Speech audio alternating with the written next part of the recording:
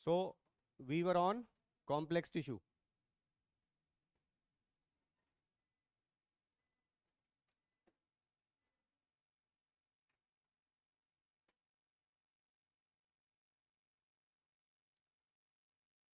और इसका मैंने आपको आइडिया दे दिया था कल कि जाइलम के पास 3 डेड और 1 लिविंग पार्ट, और फ्लोएम के पास 3 लिविंग 1 डेड। आप ये समझ लीजिए कि हम पहले टिश्यू पढ़ रहे हैं, टिश्यू के बाद ऑर्गन पढ़ेंगे, हाँ या ना। बस ऑर्गन सिस्टम हमें हमें नहीं जाना है। तो टिश्यू को पढ़ने के बाद हमें पहचान करनी है कि हम ऑर्गन को कैसे पहचाने। टिश्यू में हमने क्या क्या देख लिया मालूम है? टिश्यू में हमने क्या देख लिया? Parenchyma, collenchyma, sclerenchyma. अब जाइलम फ्लोएम का नंबर आता है। और इसमें भी जब आप इसको सीख लेंगे, जैसे पहला पार्ट, दूसरा पार्ट, तीसरा और चौथा, एक से ज्यादा सिंपल टिश्यू के ये बने हुए हैं, यही तो बोला था कल।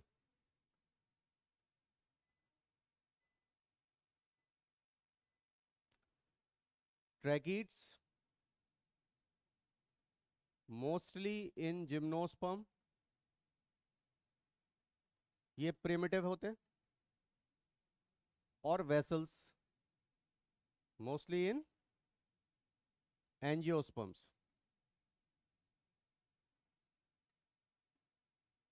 वेसल क्या है? वेसल सेल का नाम नहीं है बच्चों। वेसल सेल का नाम नहीं है। वेसल एक पाइप जैसा स्ट्रक्चर है, जैसे पानी का पाइप होता है और उसको बड़ा करने के लिए दूसरा पाइप जोड़ते हैं कनेक्टर लगा के, हाँ या ना। तो एक कनेक्टर लगा करके 2 पानी के पाइप जुड़ गए, फिर एक और कनेक्टर लगा लिया, तीसरा पानी का पाइप जुड़ गया। अगर इसको ऐसे समझा जाए, ये पानी का एक पाइप था, फिर एक कनेक्टर यहाँ लगा करके एक और जोड़ दिया, फिर एक कनेक्टर लगा करके एक और जोड़ दिया। ये पूरा वेसल है। वेसल इस तरह से आपस में ये टुकड़े जुड़े हुए हैं। एक टुकड़े का नाम, एक सेल का नाम होता है वेसल मेंबर। वेसल मेंबर किसका नाम है? सेल का नाम है, वेसल सेल का नाम नहीं है। जाइलम में वेसल सेल का नाम नहीं है। वेसल क्या है? एक पानी का पाइप जैसा है कि कई सारे पानी के पाइप जोड़े गए हैं, टुकड़ों को जोड़ करके कनेक्टर लगा करके, और एक टुकड़ा एक सेल है जिसका नाम है वेसल मेंबर। ये वेसल मेंबर 1 है, ये वेसल मेंबर 2 है, ये वेसल मेंबर 3 है। बीच में क्या है इनके? इनके बीच में ये है लगी हुई, जैसे वॉश बेसिन के नीचे क्या होता है? नाली के ऊपर जाली। राइम हो गया। नाली के ऊपर जाली रखते हैं, इसको बोलते हैं परफोरेशन प्लेट। ये जो सुराख होते हैं ये परफोरेशन कहलाते हैं। क्या कहलाते हैं ये सुराख कहलाते हैं परफोरेशंस। तो ये पूरी परफोरेशन प्लेट है। ये परफोरेशन प्लेट इसमें नहीं होती, ट्रैकिड्स में। अब जरा इसको ऐसे कर लेते हैं, लाइक दिस।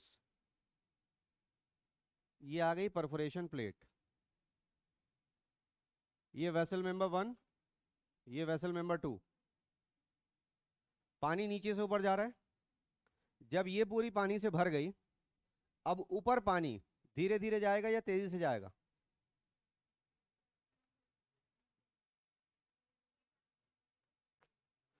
सुराग है ना ये, इसकी वजह से प्रेशर बढ़ेगा। आप समझ रहे हैं बात, हाँ या ना। इस कमरे में हम इसको वाटर प्रूफ बना दें और पानी से पूरा भर दें कमरे को। अब इसकी दीवार में अगर एक ड्रिल करें तो धार निकलेगी या पानी धीरे धीरे रिसना शुरू हो जाएगा? धार क्यों निकल रही है? प्रेशर है ना, भरा पड़ा है पूरा। और अगर वही सुराग नीचे कर दें और प्रेशर बढ़ जाएगा। ऊपर के सुराग के मुकाबले नीचे अगर करोगे तो और ज्यादा प्रेशर से पानी जाएगा, वो धार निकलेगी बिल्कुल तेज से। तो ये इस तरह से ऊपर ले जा रहे हैं, इसीलिए ये एडवांस है इनसे ज्यादा। पहली बात, इनका जो ल्यूमेन है वो ब्रॉड होता है, अंदर से ये चौड़ी होती है। किसके मुकाबले? ट्रैकीड्स के मुकाबले। ठीक है। दूसरा, इनमें क्या मौजूद है? Perforation plate. इसकी वजह से ये एडवांस हो गई, किससे? ट्रैकीड से। और इसीलिए एंजियोस्पर्म ने इनको अडाप्ट किया, इनको नहीं किया। उसके बाद में जाइलम पेरेन्काइमा। जाइलम में पेरेन्काइमा क्या कर रहा है? वही कर रहा है जो पेरेन्काइमा करता है। क्या करता है? पेरेन्काइमा का काम स्टोरेज, सिक्रीशन, एब्जॉर्प्शन, ये सारे काम करता है, वही काम यहाँ पर भी कर रहा है। और फिर चौथे होते हैं जाइलम में फाइबर। और ये फाइबर कहाँ से आए? ये स्क्लेरेनकाइमा से आए। तो पेरेनकाइमा और स्क्लेरेनकाइमा मिल गए, एक से ज्यादा सिंपल टिश्यू मिल गए, तो कॉम्प्लेक्स टिश्यू तैयार हो गया जिसका नाम है जाइलम। जाइलम के लिए एक वर्ड और भी यूज करते हैं बच्चों, वुड। बट असल में वुड क्या होती है वो बाद में पता चलेगा हमें। फ्लोएम के लिए एक और टर्म यूज करते हैं, बैस्ट या बास्ट, कुछ भी कह सकते हैं। तो जाइलम फाइबर को वुड फाइबर कह सकते हैं, बोलिए।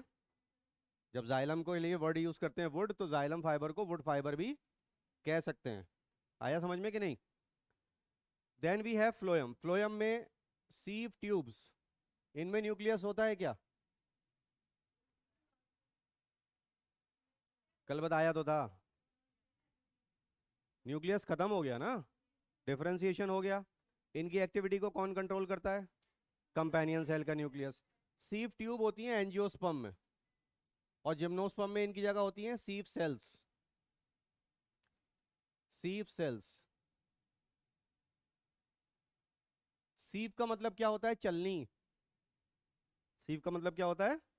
चलनी। चलनी से क्या करते हैं? आटा छानते हैं, हाँ या ना? तो ये जो सीव ट्यूब्स होती हैं, इनके बीच में भी पार्टीशन होता है जिसको बोलते हैं सीव प्लेट।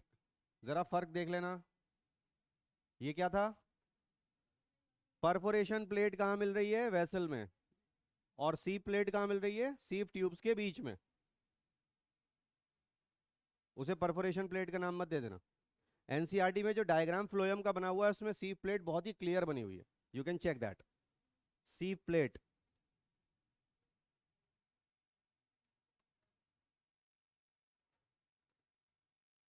ठीक है बच्चों, आया कुछ समझ में?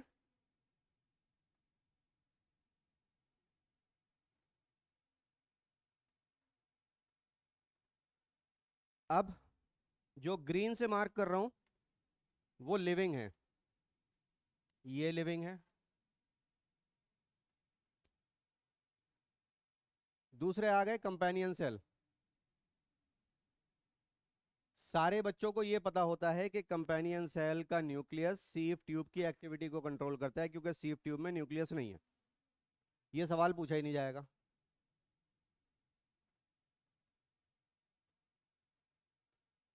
दूसरा फंक्शन पूछा जाता है कंपेनियन सेल का, वो क्या है? जी। दे मेंटेन कौन सा pressure? Turgor pressure. Pressure gradient. दे मेंटेन प्रेशर ग्रेडियंट किसमें? इन सीव ट्यूब। सीव ट्यूब में प्रेशर ग्रेडियंट को ये मेंटेन करती हैं। उसके बाद में तीसरे नंबर पर आते हैं फ्लोएम पेरेनकाइमा। क्या कर रहा है फ्लोएम में पेरेनकाइमा? जो पेरेनकाइमा का फंक्शन है। और फिर फ्लोएम फाइबर। फ्लोएम फाइबर कहां से आए? स्क्लेरेनकाइमा से आए। ये लिविंग, ये लिविंग, ये लिविंग। डेड कौन? Sclerenchyma fibre.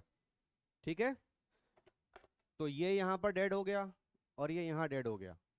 जाइलम में ये भी डेड, ये भी डेड। लेकिन अगर एंजियोस्पर्म को देखें तो ये तीन होंगे, और जिम्नोस्पर्म को देखें तो एक दो तीन होंगे। कुछ प्लांट्स हैं जिसमें ट्रैकिड वेसल दोनों होते हैं। अब एक चीज और समझने की है यहां पर, ये आगे काम में आने वाली है चैप्टर में, क्योंकि इस चैप्टर का जो लास्ट टॉपिक है सेकेंडरी ग्रोथ, उससे हर साल एक सवाल आ रहा है। मतलब पिछले 12 पेपर में 12 बार सवाल आया। और उसे समझने के लिए हमें यहां समझना है, पेड़ों को पानी ज्यादा कब चाहिए? पतझड़ के मौसम में कि बाहर के मौसम में? पतझड़ के मौसम को कहते हैं ऑटम, ठीक है। और बाहर के मौसम को कहते हैं स्प्रिंग, मालूम है? तो पेड़ों को पानी कब ज्यादा चाहिए, स्प्रिंग में कि ऑटम में?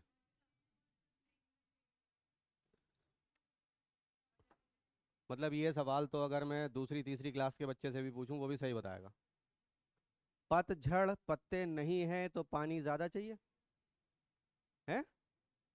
पानी ज्यादा चाहिए पेड़ों को जब पत्ते नहीं है उनमें तो। सूखे पेड़ को पानी ज्यादा चाहिए? सूखे पेड़ में ज्यादा पानी डालोगे वो मर जाए? पत्ते हैं नहीं पानी उड़ाने के लिए। पत्तों से ही तो पानी उड़ता है, that is called as transpiration.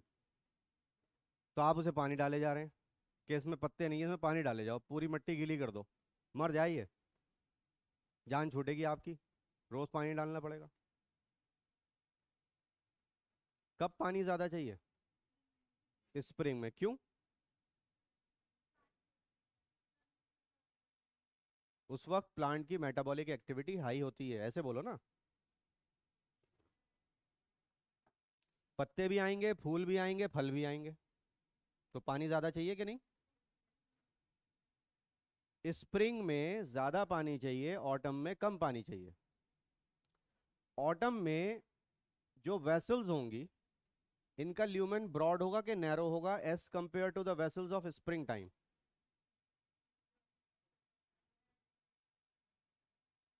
आया कुछ समझ में? ऑटम में जो वेसल्स होंगी उनका ल्यूमेन नैरो होगा, और स्प्रिंग में जो वेसल्स होंगी उनका ल्यूमेन ब्रॉड होगा। क्यों भाई? अरे वाह, तुम लोगों ने तो सही आंसर दे दिया, ज्यादा पानी चाहिए। कैसे पता चली ये बात? ज्यादा पानी चलाने के लिए, ज्यादा पानी ले जाने के लिए मोटा पाइप चाहिए कि पतला पाइप चाहिए? समझ रहे हो? ऐसे पहचान होती है कि ये जो वुड बनी है ये स्प्रिंग में बनी है कि ऑटम में बनी है। क्या समझे? मैंने बोला था कि पेड़ गिर गया, उसकी उम्र पता लगानी है, कल बताया था। तो वो कैसे पता लगाते हैं? ऐसे ही पता लगाते हैं। रिंग बिंग नहीं, समझो इसको। ये कहाँ से आ गया ये है स्टेम, और ये चल रही है वेसल्स। समझ रहे हो? ये हमने क्या देखा, ये पेड़ ऐसे खड़ा था, अब जब ये गिर गया तो हम इसको ऐसे इसका ट्रांसफर सेक्शन काट के देख रहे हैं। ये पेड़ था, ऐसे काट के ऊपर से देख रहे हैं तो गोल दिखेगा, ये दिख रहा है ऊपर से। ये रिंग चल रहा है पूरा किसका? वेसल्स का। और हमको ये मालूम है कि प्लांट में जाइलम अंदर की तरफ होता है स्टेम में, फ्लोएम बाहर की तरफ होता है स्टेम में। ठीक है? जाइलम अंदर, फ्लोएम बाहर। तो जाइलम में जो वेसल्स होंगी वो साल के 6 महीने तो पतली होती हैं और साल के 6 महीने चौड़ी होती हैं। एक रिंग इसका बनेगा, एक रिंग इसका बनेगा, पतली वेसल्स का एक रिंग, मोटी वेसल्स का एक रिंग, दोनों को मिलाकर के कहते हैं एनुअल रिंग। इन्हें गिना जाता है। एनुअल रिंग में कितने रिंग हैं? दो रिंग हैं, एक पतले ल्यूमेन की वेसल्स का, एक ब्रॉड ल्यूमेन की वेसल्स का, दोनों को मिलाकर के एनुअल रिंग कहते हैं। और ऐसा क्यों है? क्योंकि यहां पानी कम चाहिए, यहां पानी ज्यादा चाहिए।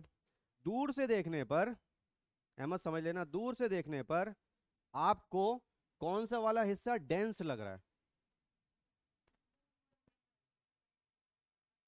जिसमें नैरो वेसल्स हैं। ये घना लग रहा है कि नहीं? डेंस माने घना, डेंस माने घना। और ये कैसा लग रहा है? लाइट। कुछ समझ में आया? बोलो, इसे याद करने की जरूरत है? किताब में पेज निकालना, एनसीईआरटी में स्प्रिंग वुड और ऑटम वुड।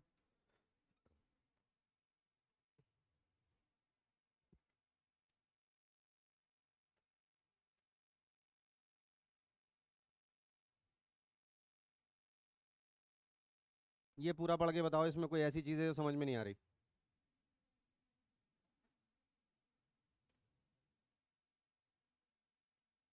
पहले बुक से पढ़िए,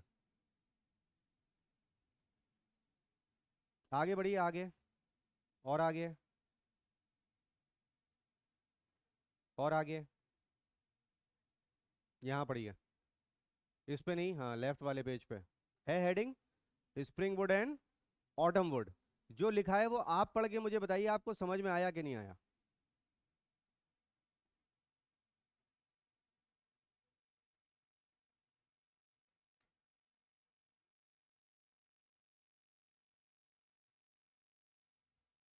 क्या लिखा है जोर से पढ़िए ना। पढ़ो बेटा, जोर से पढ़ो।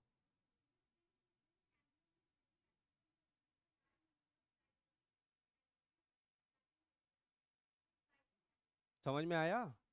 स्प्रिंग में मेटाबॉलिक एक्टिविटी हाई है, तो जाइलम की जो वेसल बन रही है उनकी कैविटीज वाइड हैं, ब्रॉड ल्यूमेन है। आगे बढ़िए। देखो, अब हमें ये पता होना चाहिए कि जनवरी से लेके दिसंबर के बीच में स्प्रिंग पहले आता है कि ऑटम, बाहर का मौसम पहले आता है कि पतझड़ का, है ना? पहले बाहर का मौसम आता है, फुलवारी हर जगह फूल और हरियाली, स्प्रिंग। पतझड़ का मौसम किन महीनों में होता है? अभी आने वाला है, अब पतझड़ आएगा कुछ दिनों के बाद, है ना? मैंने पता है कैसे याद करा था? A for autumn, A for August, A for autumn, A for August. What did you से? हाँ, क्योंकि मैंने सिखाया होगा पहले किसी को, वहां से ये ट्रांसफर हो गया होगा। A for autumn, A for August. आया कुछ समझ में? क्योंकि बच्चों को ना कुछ हो ना हो, लेकिन टीचर की तरफ से कुछ वाईफाई तो मिलते हैं, तो बच्चों के पास भी वही सिग्नल पहुंचते हैं जो टीचर के पास पहुंच रहे होते हैं। बच्चे भले ही ना पढ़े, लेकिन वो उनको आइडियाज मिल जाते हैं कि भाई ऐसे हम पढ़ लें। अगस्त, सितंबर, अक्टूबर, नवंबर, नवंबर से फिर थोड़ा सा चेंज होना शुरू हो जाता है। तो ये अगस्त, सितंबर, अक्टूबर, ये जो टाइम है, अक्टूबर से चेंजेस आ जाते हैं। ये है टाइम वो वाला जिसे हम बोलते हैं स्प्रिंग। अभी तो बारिश का मौसम आ रहा है, यस और नो? रेनी सीजन भी। बट हमें सिर्फ दो ही को समझना है। तो इन्होंने पहले, अच्छा हमने इसको ऊपर क्यों रखा? क्योंकि ये पहले आ रही है।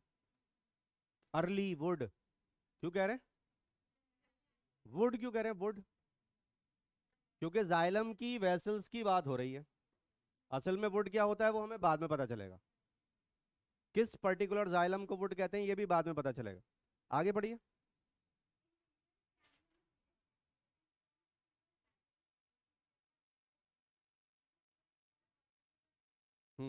अब ये बाद में बनी, है ना? तो इसका नाम हो गया लेट वुड। अभी और भी कुछ है, नीचे तो पढ़ो। अब लो, spring wood is lighter in colour, क्योंकि डेंस नहीं है ना। दूर से लाइट लग रही है, आपने देख के बताया मुझे कि ये डेंस है, ये लाइट है। आगे बढ़िए। हाँ, डेंसिटी लो है और डार्क है, और उसकी डेंसिटी हाई है। सारा रीजन क्या है? The lumen of the vessels. इसी की वजह से सब कुछ हो रहा है, कि वेसल का ल्यूमेन ब्रॉड है कि नैरो है क्या नहीं है। उसी बेसिस पर सब कुछ चल रहा है, यस और नो? ठीक है। तो अब एक खास बात जो नीट में आने के 100% चांसेस मुझे लग रहे हैं, वो क्या है भाई? बच्चों, प्राइमरी प्लांट बॉडी का मतलब समझते हो? कल बता दिया था, है ना भाई? उसमें भी जाइलम और फ्लोएम बनेंगे, और फिर जब सेकेंडरी प्लांट बॉडी आएगी उसमें भी जाइलम और फ्लोएम बनेंगे।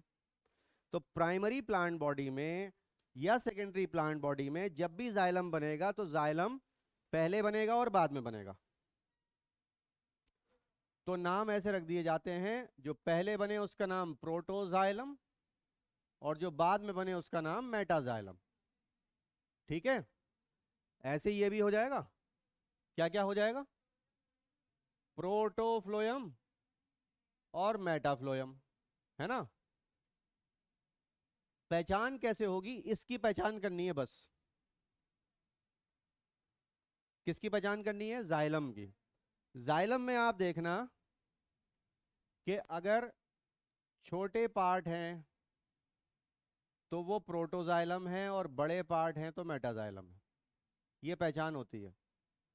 प्रोटोजाइलम की सेल्स छोटी होती हैं, मेटाजाइलम की सेल्स बड़ी होती हैं, बस। कितना आसान है। पहले बना छोटा है, बाद में बना बड़ा है। पहले छोटा, बाद में बड़ा। छोटा पहले आता है, बाद में बड़ा आता है। स्कूल की लाइन में भी छोटा पहले आता है, बाद में बड़ा आता है, यस और नो? ये गलत बात है। She is looking towards you. School की लाइन में भी छोटा पहले आता है, बड़ा बाद में आता है। She is looking towards you. This is very bad. ऐसे नहीं करना चाहिए हमें, है ना? आपस में एक दूसरों का हमें मजाक नहीं उड़ाना है, हमें एक दूसरे की सपोर्ट बनना है, कमजोरी थोड़ी बनना है। बिकॉज मैंने बताया था ना, मैं भी 12th में बहुत छोटा सा था, मैं भी लाइन में आगे लगता था, तो मुझे गुस्सा इस बात पे ज़्यादा आया कि मेरे बुरे दिन याद दिला दिए। When I was PTF, you know PTF? I was a PTF, poor timid fellow. छोटा सा, आगे को खड़ा कर दिया करते थे मुझे। और मैं कह मैं 12th में हूँ, मैं पीछे कर, नहीं तुम्हारी हाइट ही नहीं है, आगे खड़े हो जाओ, इतना सा था।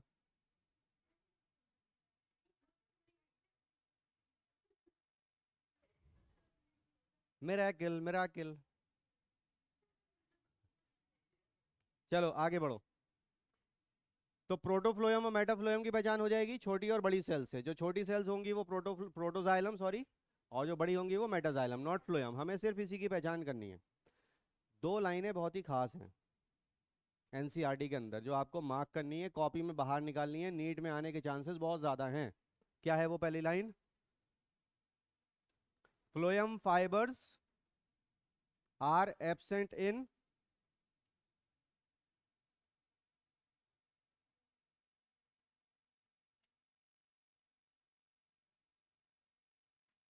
Primary phloem. कहीं लिखा है phloem fibres are absent in, इसका मतलब क्या हुआ? जो फ्लोयम प्राइमरी प्लांट बॉडी में बनेगा उसमें फ्लोयम फाइबर नहीं होंगे।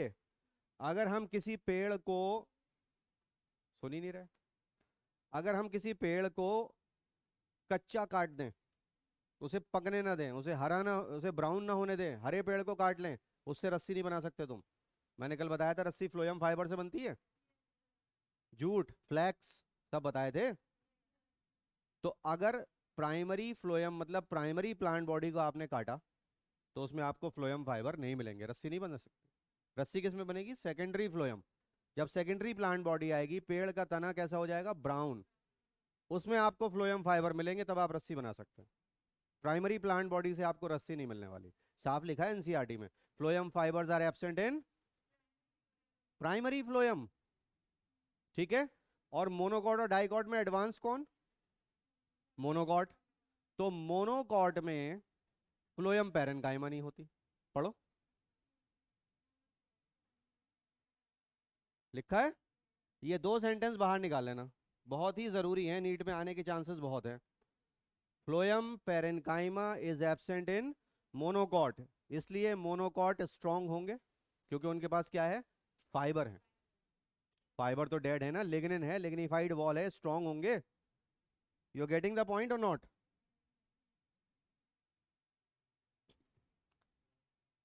अब आगे बढ़ जाएं। चलिए साहब, तो टिश्यू का आइडिया होने के बाद अब हम ये समझ लें कि प्लांट बॉडी में जो ऑर्गन होते हैं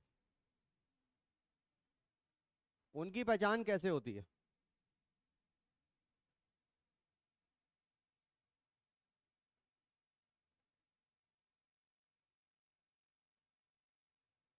अभी आपको मैंने एक पहचान बताई, क्या बताई वो?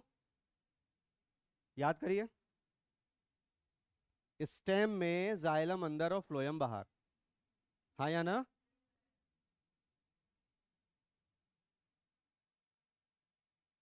ये बात आगे आने वाली है।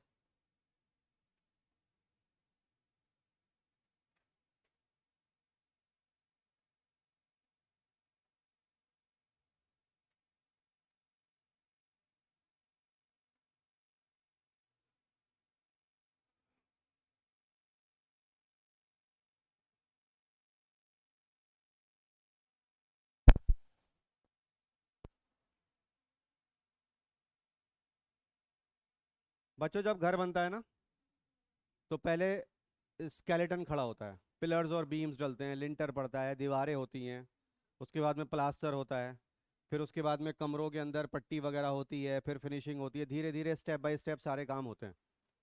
यस और नो?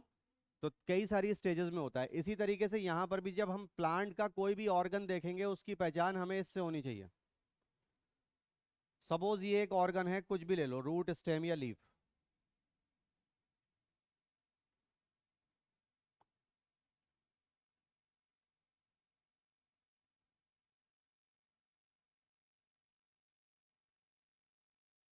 ठीक है। वस्कुलर बंडल आ गए, ये बाहर की लेयर आ गई epidermis.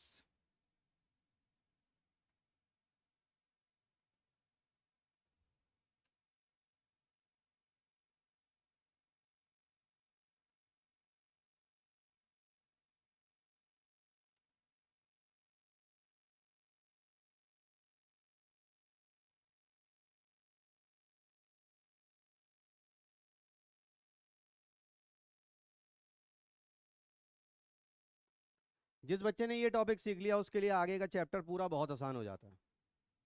Tissue system, epidermal tissue system का मतलब जानते हो, ये है। रूट हो, स्टेम हो या लीफ हो, उसके सबसे बाहर की लेयर पहचानना सीख लो। अगर बाहर वाली लेयर आपने पहचान ली तो आपने एपिडर्मल टिश्यू सिस्टम को पहचान लिया। जैसे कि अगर एपिडर्मिस की बात हम करें बच्चों, तो आप कहते हैं लीफ का जो एपिडर्मिस है उसमें स्टोमेटा होते हैं। बोलो, स्टेम और लीफ, स्टेम और रूट में होंगे क्या? नहीं होंगे।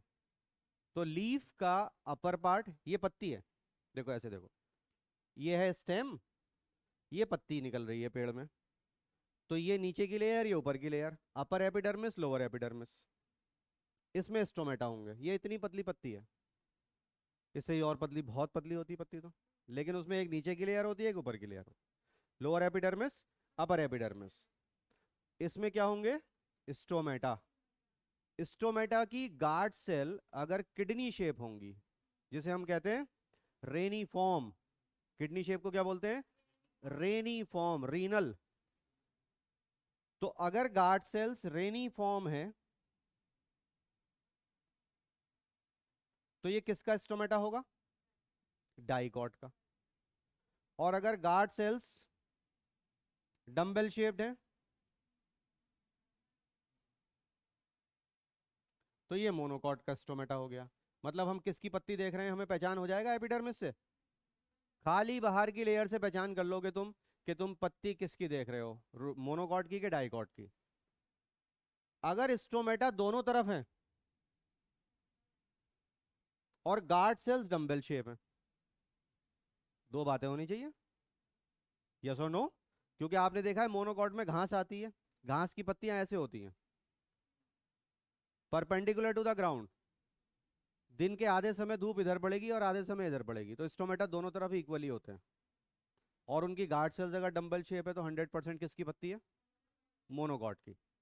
ठीक है। डाइकॉट में ज्यादातर पत्तियां ऐसे होती हैं, ऊपर स्टोमेटा नहीं होंगे क्योंकि धूप डायरेक्ट पड़ेगी, नीचे होते हैं इस वाले सरफेस पे, लोअर एपिडर्मिस पे, जिसके कहते हैं वेंट्रल साइड। क्या बोलते हैं? वेंट्रल, है ना। इसे क्या बोलते हैं? डॉर्सल। ये तो एनिमल में था जी। अब डॉर्सल को प्लांट में अडेक्सियल बोलेंगे। ये कैसे याद होगा? है ना, डॉर्सल में डी है, अडेक्सियल में भी डी है, यस और नो। और वेंट्रल का फिर क्या हो जाएगा? अबैक्सियल। और बी से होता है बेस, तो बेस कौन सी है? बेस की तरफ वेंट्रल। एक को याद कर लीजिए, डॉर्सल अडेक्सियल होता है। तो स्टोमेटा किधर है? वेंट्रल साइड पर। और गार्ड सेल्स कैसी होनी चाहिए? रेनिफॉर्म। तो ये लीफ की पहचान होती है कि ये डाइकॉट की है कि मोनोकॉट की। हमने खाली बाहर की लेयर से पहचान लिया पत्ती को, हाँ या ना। ऐसे ही अगर आप स्टेम की बात करें या रूट की बात करें तो खाली एपिडर्मिस से आपको पहचान हो जाएगी।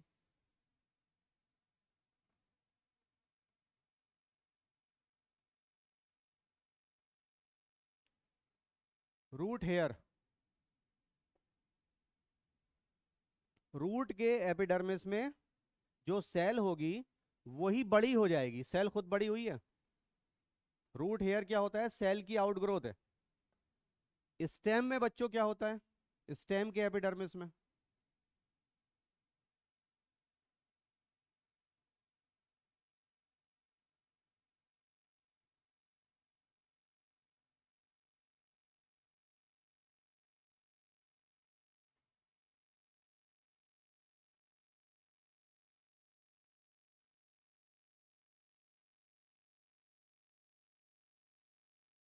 ये देखिए, रूट हेयर और इन स्ट्रक्चर में फर्क पता चल रहा है।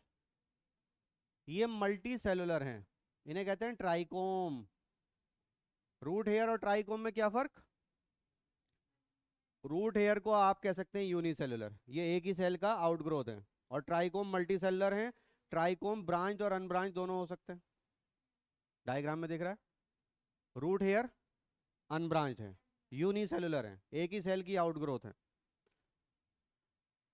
लेकिन रूट और स्टेम के एपिडर्मिस से आपके लेवल पर यह पहचानना थोड़ा सा मुश्किल है कि ये मोनोकॉट की रूट है या डाइकॉट की। लीफ में तो कर लिया हमने ये काम। तो अब जब ये साथ नहीं दे रहा है तो हमारा साथ देगा ये। इससे पहचानेंगे हम कि रूट है या स्टेम है, और रूट किसकी है या स्टेम किसकी है। लेकिन ये पहचान सबसे आसान है, इस पे सवाल शायद ना आए, वैसे आ जाए तो बहुत ही बढ़िया है। सबसे ज्यादा आता है इस पर, ग्राउंड टिश्यू सिस्टम।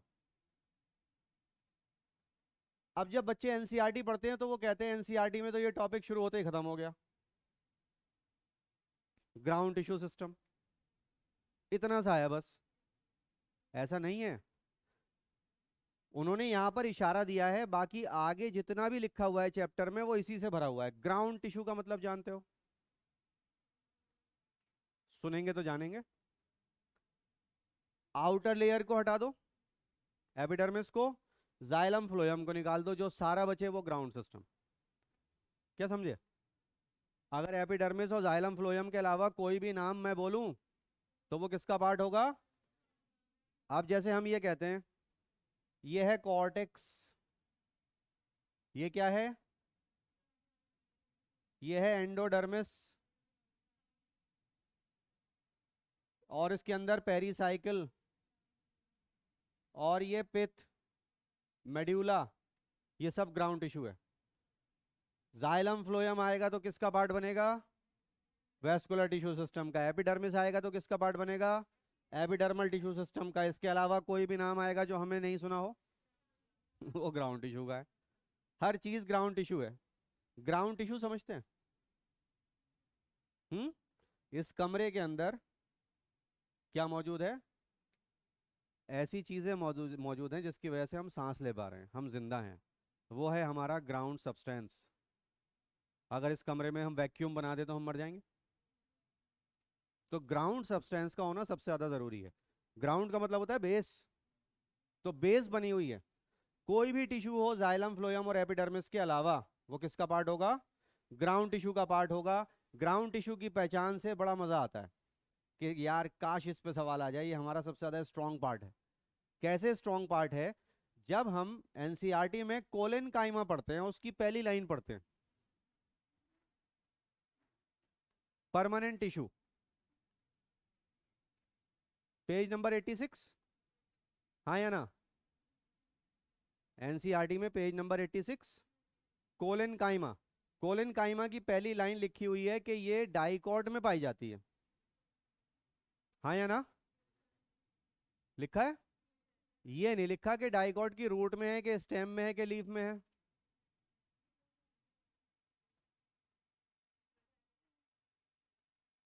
क्या?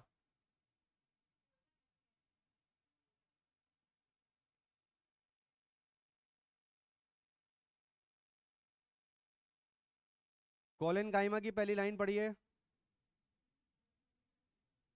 कोलेन काइमा। हाँ,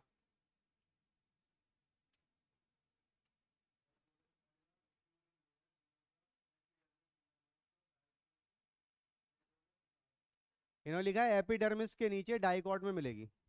डाइकॉट के कौन से एपिडर्मिस के? लीफ के, रूट के स्टेम के? ये नहीं लिखा ना, ये लिखा नहीं है। हाँ या ना? लेकिन एपिडर्मिस के नीचे तो ग्राउंड टिश्यू आ जाएगा। बोलो हाँ या ना। अच्छा, अब पेज नंबर 92 और 93 निकालो।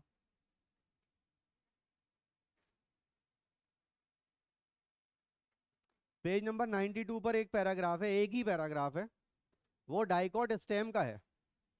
किसका है? किसका है ये? Dicot stem. डाइकॉट स्टेम के नोट्स निकालो।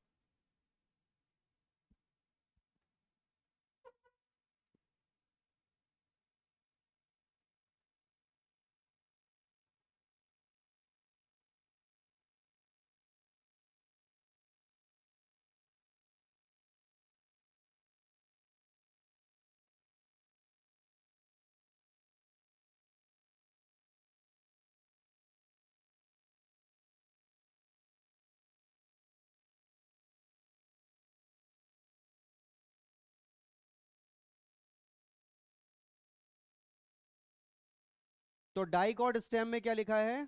एपिडर्मिस के नीचे की लेयर होती है हाइपोडर्मिस। हाइपोडर्मिस में क्या है? कोलेनकाइमा।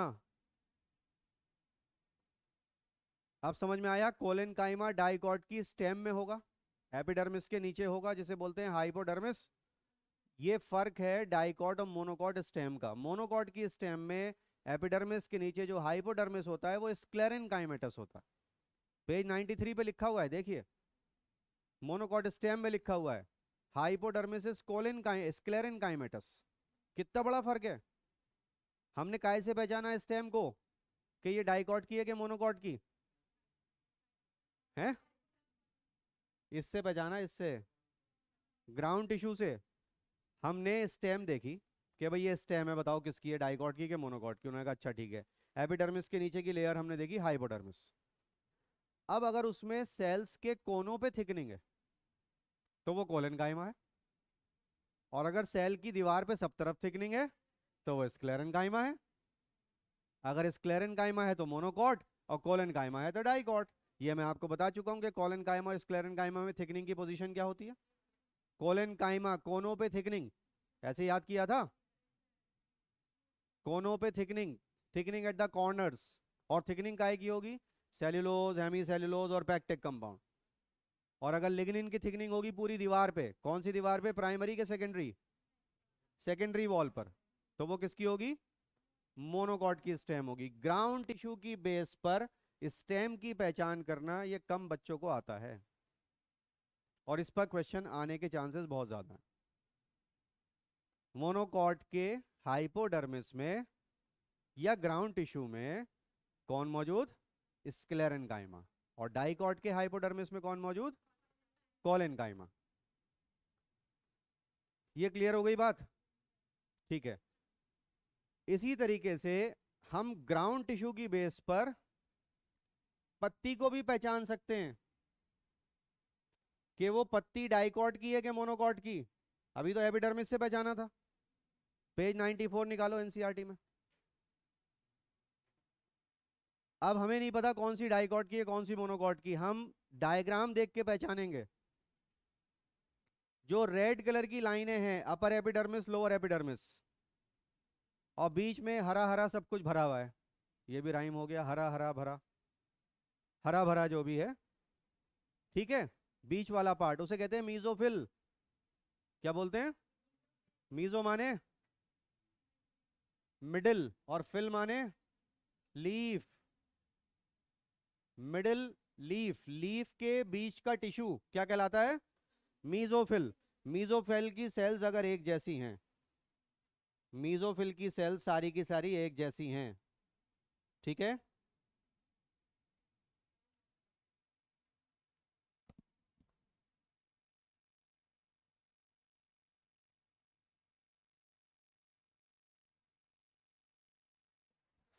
मीजोफिल में अगर सारी सेल्स एक जैसी हैं, कौन से वाले डायग्राम में, ऊपर वाले के नीचे वाले?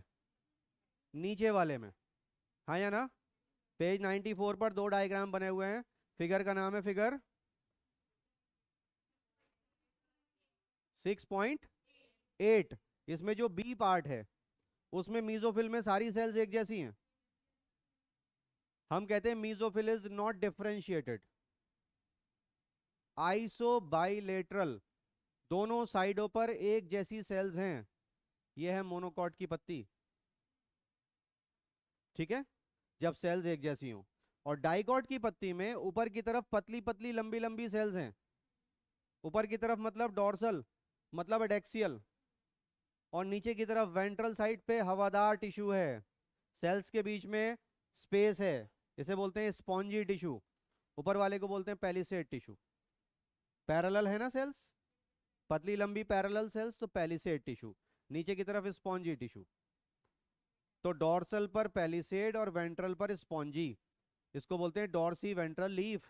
मीजोफिल डिफरेंशिएटेड है, दो अलग अलग तरह की सेल्स हैं, ऊपर अलग नीचे अलग। ये डाइकॉट की लीफ है। ग्राउंड टिश्यू से पहचाना, अगर सारी सेल्स एक जैसी हैं तो आइसो बाइलेटरल। आइसो माने सेम, बाई माने दो, लेटरल माने साइड, दोनों साइड पर सेम टाइप की सेल्स हैं, आइसो बाइलेटरल। और ऊपर की तरफ parallelly arrange long long cells palisade tissue dorsal side पर, वेंट्रल साइड पर स्पॉन्जी टिश्यू। ये क्या है? Dorsiventral leaf, this is the leaf of dicots. ऐसे पहचान होती है ग्राउंड टिश्यू से। तो ग्राउंड टिश्यू से भी हम पहचान सकते हैं कि लीफ किसकी है, डाइकॉट की के मोनोकॉट की। एपिडर्मिस से भी पहचान सकते हैं। अब हमारे पास जो प्रॉब्लम रह गई वो रूट और स्टेम की रह गई। रूट और स्टेम की पहचान के लिए हमारी हेल्प कौन करता है? Vascular tissue. हालांकि हमको मालूम है कि ग्राउंड टिश्यू से भी रूट की पहचान होती है, क्योंकि रूट के, चाहे रूट डाइकॉट की हो या मोनोकॉट की, रूट का जो एंडोडर्मिस होता है, कौन? एंडोडर्मिस, उसकी सेल्स बैरल शेप होती हैं। बैरल का मतलब जानते हो? बंदूक की नाली। Single barrel, double barrel. Barrel किसे कहते हैं? ड्रम को कहते हैं, जिसे हम ड्रम कहते हैं, जिसमें लिक्विड भरा जाता है, that is called a barrel. तो बैरल शेप सेल्स हैं। इन बैरल शेप सेल्स की रेडियल दीवारों पर और टेंजेंशियल दीवारों पर सबरिन जमा हो जाता है। सबर करो, सबरिन। ये पानी से रिएक्ट नहीं करता, वाटर इम्परमिएबल होता है, वैक्स होता है, मोम। इसे बोलते हैं कैस्पेरियन की पट्टियां, कैस्पेरियन स्ट्रिप्स। कहाँ मौजूद है? रूट के एंडोडर्मिस में। कहाँ पर है? रेडियल वॉल पर भी हैं और टेंजेंशियल वॉल पर भी हैं। ये पहला ही सवाल रखा हुआ है नीट में। बच्चों का दिमाग हिल गया देख के, ये तो हम पढ़ के ही नहीं आए, एनसीईआरटी में तो था नहीं। उन्होंने पूरी एक ही लाइन लिखी हुई है, पढ़ना जरा पेज नंबर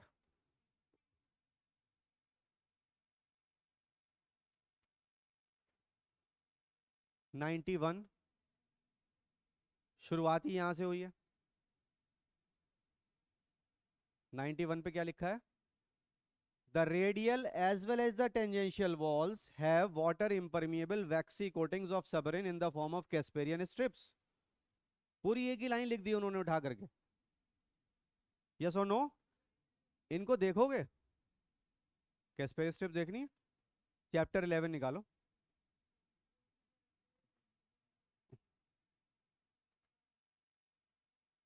चैप्टर 11 चैप्टर 10 के बाद होता है, यही वाला है। आगे बढ़ जाओ, आगे बढ़ जाओ, और आगे बढ़ जाओ, और आगे बढ़ जाओ, और आगे बढ़ जाओ, बस रुक जाओ। ठीक है, so it's on page number 184। ठीक है, फिगर 11.6, एक ब्राउन कलर की पट्टी खड़ी हुई है एंडोडर्मिस में।